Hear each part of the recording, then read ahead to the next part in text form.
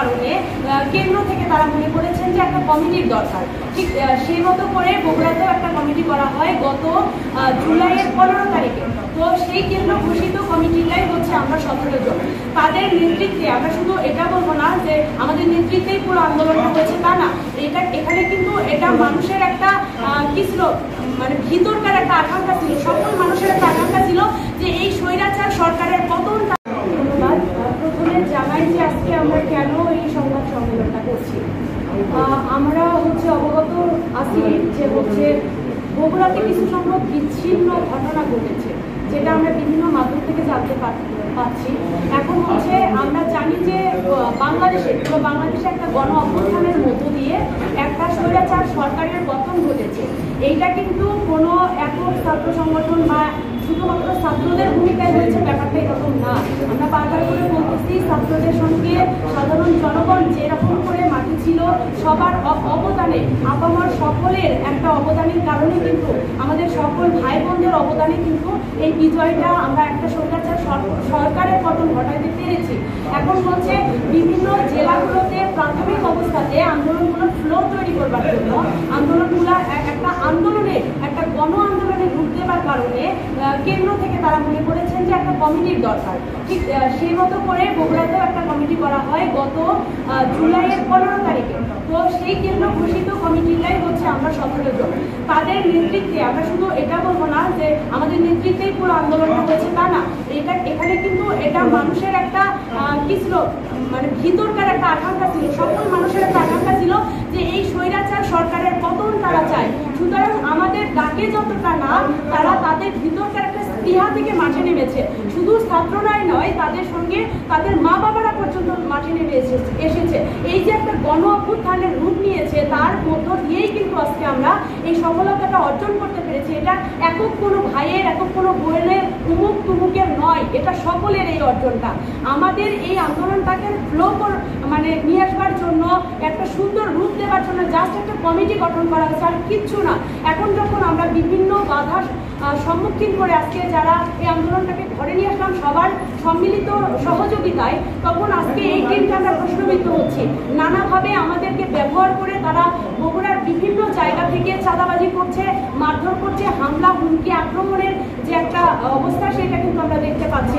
এবং এতে করে আমাদের সমন্বয়ক টিমদেরকে বিপদে ফেলতেছে, অর্থাৎ আমাদেরকে কালার করবার একটা পায়তারা চলছে, একটা কুচক্রি, একটা অপশক্তি এই বিষয়টা তারা ফায়দা লোটার জন্য এই কাজগুলো করতেছে। তাদের দাবি এই সমন্বয়ক টিমে তারা কেন নেই, তারা কেন যুক্ত নয়। ব্যাপারটা এটা তো আমাদের হাতে কিছু ছিল না। এটা যখন বর্ধিত করা হবে, কেন্দ্র থেকে বলা হয়েছে যে এটা যখন আরো বর্ধিত করা যদি হয়, আমাদের বিলুপ্তও হয়ে যেতে পারে, আমাদের এই টিমটা বিলুপ্ত করে দিতে পারে। যেহেতু সরকার গঠন হয়েছে, আমাদের আর কোনো দরকার নাও করতে পারে। যেহেতু আমাদের একটা কমিটি ছিল, অর্থাৎ আমাদের এই কমিটিটা কেন আছে, এই ধরনের নানা ধরনের প্রশ্নবিদ্ধ করে, এবং তারা কেন নেই, এই ধরনের প্রশ্নগুলো করে আমাদেরকে কুলসিত করবার কারণ থেকে তারা এটা একেবারে ঠান্ডা মাথায় পরিকল্পনা করে বিভিন্ন জায়গায় এই বিচ্ছিন্ন ঘটনাগুলো ঘটাচ্ছে। আমরা আজকে এই ব্রিফিংটা এই জন্য করছি যে এরপরে আমরা এই সমন্বয়ক বাহিনী যারা আছি, টিম যারা আছি, এর বাহিরে যদি অন্য কোনো জায়গায় আপনারা কোনোভাবে হামলার শিকার হন, কোনোভাবে চাঁদাবাজির শিকার হন, আপনাদের কাছে এসে যদি কেউ চাঁদা দাবি করে, তাহলে তাকে শনাক্ত করুন, তাকে ধরুন এবং সেনাবাহিনীর হাতে তুলে দেন। তারা প্রশাসন যথোপযুক্ত শাস্তির ব্যবস্থা গ্রহণ করবে।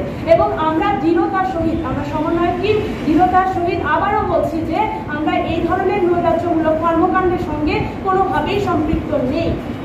জন্য জানানো যাচ্ছে যে আমরা ইতিপূর্বে জানতে পেরেছি বগুড়াতে কিছু বিশৃঙ্খল ঘটনা ঘটেছে, যেগুলো একেবারে অপ্রীতিকর এবং মেনে নেবার মতো নয়। আমরা সকলের অবগতির জন্য জানাচ্ছি যে বগুড়াতে কেন্দ্র থেকে নির্ধারিত একটা কমিটি ঘোষণা করা হয়, যেটা গত জুলাই মাসের 15 তারিখে এবং পাবলিশ করা হয় গত জুলাইয়ের 16 তারিখে। এইটা ছাড়া, এটা 17 সদস্য বিশিষ্ট এই যে সমন্বয়ক টিম ছাড়া বগুড়াতে আর কোনো সমন্বয়ক টিম নেই। আমরা বিভিন্ন সোর্স থেকে জানতে পেরেছি বগুড়াতে বিচ্ছিন্ন কিছু ঘটনা ঘটেছে, বগুড়াতে বিশৃঙ্খল কিছু ঘটনা ঘটেছে এইরকম যে যেমন এশিয়া সুইটসে কিছু সংখ্যক ছেলেপেলে এসে তারা আমাদের নাম করে সমন্বয়ক টিমের নাম করে হিউজ পরিমাণের মিষ্টি দই নিয়ে যায়, যেটা হচ্ছে আমাদের সাথে কোনো রকমের সম্পৃক্ততা ছিল না। এবং এটার খোঁজ নিয়ে দেখা গেছে যে হচ্ছে ওনারা আমাদেরকে বলেছে, কিন্তু এটার সঙ্গে আমাদের কোনো সম্পৃক্ততা নেই। আবার বিভিন্ন জায়গা থেকে রেলগুটি, দ্বিতীয় রেলগুটিতে দেখা গেছে সেখানে কিন্তু ব্যবসা প্রতিষ্ঠানের থেকে চাঁদা আদায় করা হয়েছে আমাদের নাম করে। সেখানে গিয়ে খোঁজ নিয়ে দেখলাম যে ওইখানেও আমাদের কোনো সম্পৃক্ততা নেই। আবার হচ্ছে শহীদ জিয়াউর রহমান মেডিকেল কলেজে একজন বিসিএস ডাক্তারের মাথায় বাড়ি মেরে তাদের কাছে চাঁদা দাবি করেছিল, সেটা না দেওয়ায় তাকে রক্তাক্ত করেছে। এরকম করে বিচ্ছিন্ন আরো কিছু ঘটনা বগুড়াতে ঘটেছে। আমরা বলছি যে বগুড়ার সমন্বয়ক টিম দৃঢ়তার সহিত বলছি এই ধরনের কোনো নৈরাজ্যমূলক কর্মকাণ্ডের সঙ্গে আমরা জড়িত নেই।